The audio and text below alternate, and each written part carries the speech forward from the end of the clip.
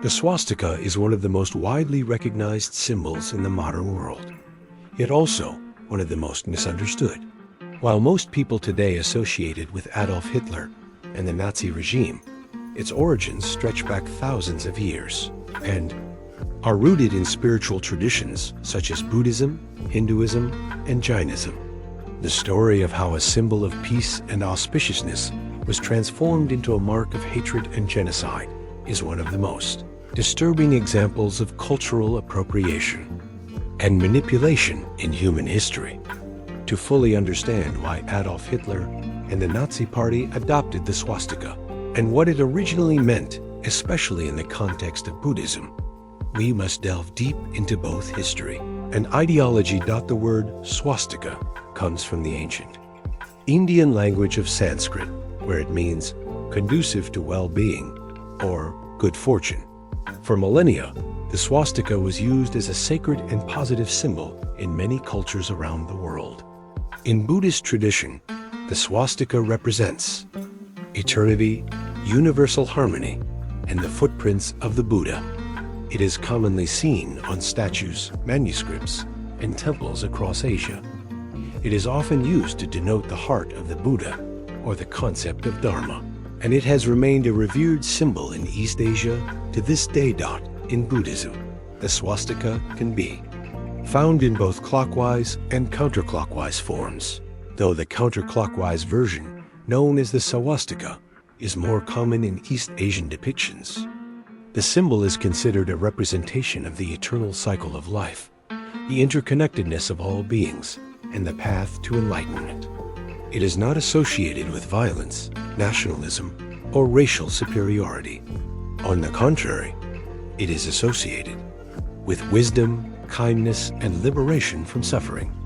But how did such a peaceful and spiritual symbol end up at the center of the most violent political movement of the 20th century? The transformation began in the 19th century, a time of great interest in ancient languages, symbols, and racial theories in Europe.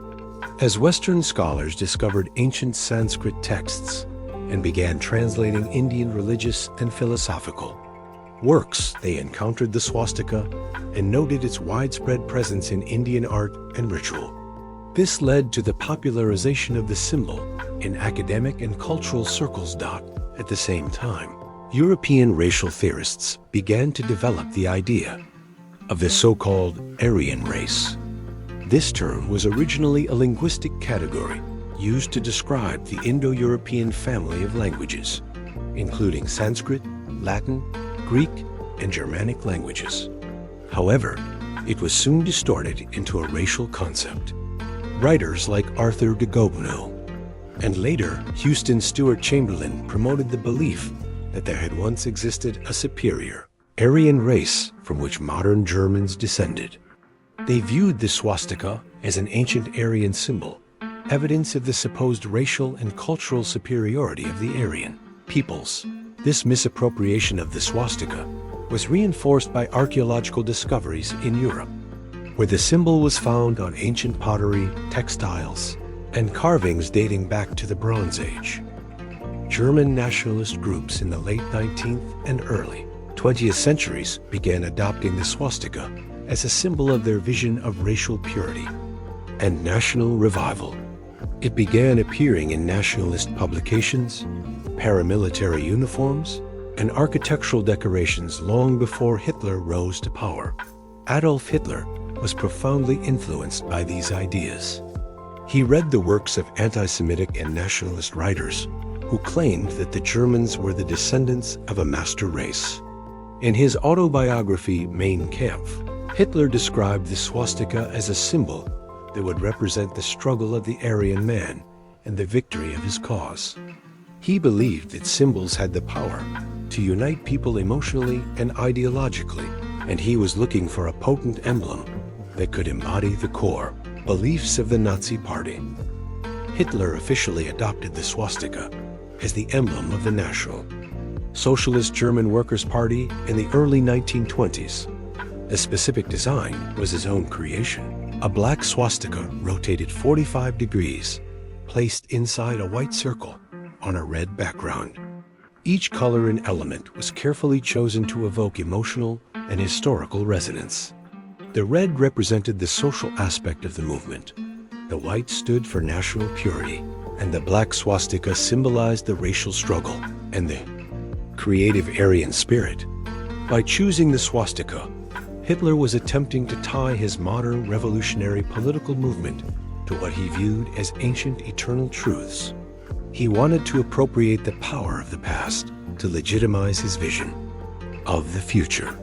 The fact that the swastika was used in Indian and Buddhist contexts as a spiritual symbol of well-being was irrelevant to him.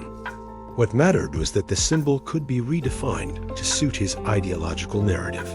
The Nazi use of the swastika was thus a grotesque inversion of its original meaning. Whereas in Buddhism, the swastika symbolized peace, enlightenment, and harmony with all sentient beings, the Nazi swastika came to stand for war, hatred, and exclusion. It was used to rally support for militarism, anti-Semitism, and totalitarian control. Hitler's use of the swastika also contributed to the widespread belief that the symbol had always been tied to racism and fascism, leading to its ban in many countries after World War II. The consequences of Hitler's choice to use the swastika were profound and lasting. Today, in most of the Western world, the swastika is widely regarded as a hate symbol. In Germany and Austria, for example, it is illegal to display the Nazi swastika in public, except for educational or artistic purposes. This presents a painful challenge for Buddhists and Hindus in the West, whose traditional use of the swastika is now often misunderstood or stigmatized. Many Buddhist temples and organizations have had to explain the cultural and spiritual origins of the symbol to avoid controversy or backlash. In Buddhist-majority countries like Japan, Korea, and China, the swastika has retained its original positive meaning. It is still commonly used on maps to denote the location of temples, on gravestones, and in religious artwork. Tourists unfamiliar with its pre-Nazi history are often surprised or confused when they encounter it in these contexts. In some modern Buddhist iconography, efforts have been made to differentiate the traditional swastika from the Nazi version by using the opposite orientation or placing it in distinct stylistic settings. There is an ongoing global conversation about whether the swastika can or should be reclaimed for its original spiritual purposes. For many Buddhists, reclaiming the swastika is not just a matter of cultural pride, but of correcting a historical injustice. They argue that a symbol used peacefully for thousands of years should not be permanently tainted by a few decades of misuse. At the same time, others caution that the emotional impact of the Nazi swastika, especially for Holocaust survivors and their descendants, makes it difficult, if not impossible, to separate the symbol from its 20th century horrors. In conclusion, Hitler chose the swastika not because of its true meaning in Buddhist or Hindu philosophy, but because it could be manipulated into a myth of racial destiny and national rebirth. He took a symbol of light and turned it into a mark of darkness.